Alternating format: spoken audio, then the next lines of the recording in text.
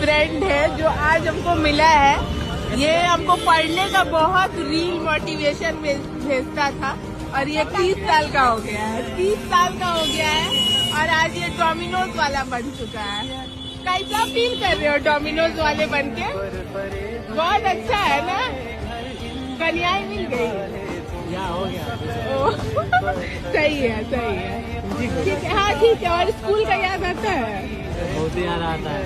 अच्छा सही है, ठीक है, सबको ही वीडियो भेजेंगे तुम्हारा।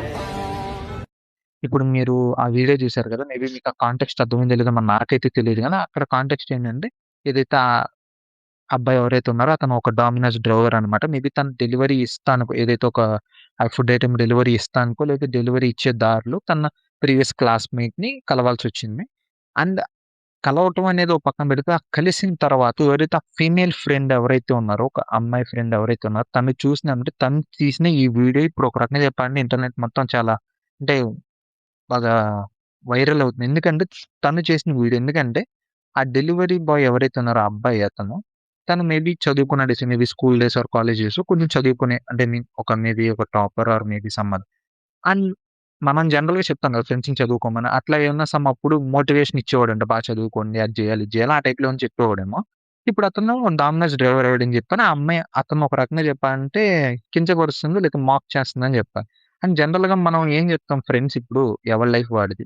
సో, అతనేదో అప్పుడు బాగా చదువుకొనుండొచ్చు. మిమ్మల్ని కూడా చదువుకోమని చెప్పుండొచ్చు. బట్ మేబీ సిట్యుయేషన్స్ వల్ల వేరియస్ అదర్ రీజన్స్ వల్ల అతను మేబీ అతను అనుకున్న గోల్‌కి రీచ్ అవ్వలేకపోయుండొచ్చు. బట్ తన వర్క్ తను చేసుకుంటున్నాడు. డెలివరీ బాయ్ అయినా, ఇంకోటైనా అతనేం రాంగ్ డూయింగ్స్ ఏం చేయట్లేదు గదా! బట్ దాన్ని గూడా నువ్వు ఒక జోక్ లాగా ఇదిగా తీసుకున్నావు. ఒక ఫ్రెండ్ నుంచి you are completely not just failed as a friend. నువ్వు కనీసం ఒక మనిషిలాగా గూడా నువ్వు లేవు. ఎందుకంటే తను చేసుకున్న పని ఒక మాక్ చేసి ఇది చేయటం అనేది చాలా ఇది.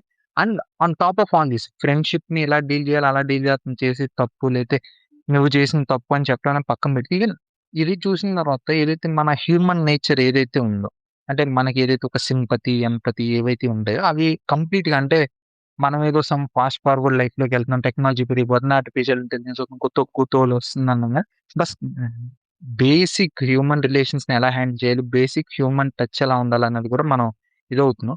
దీని గురించి మీరేమనుకుంటున్నారు? నాకైతే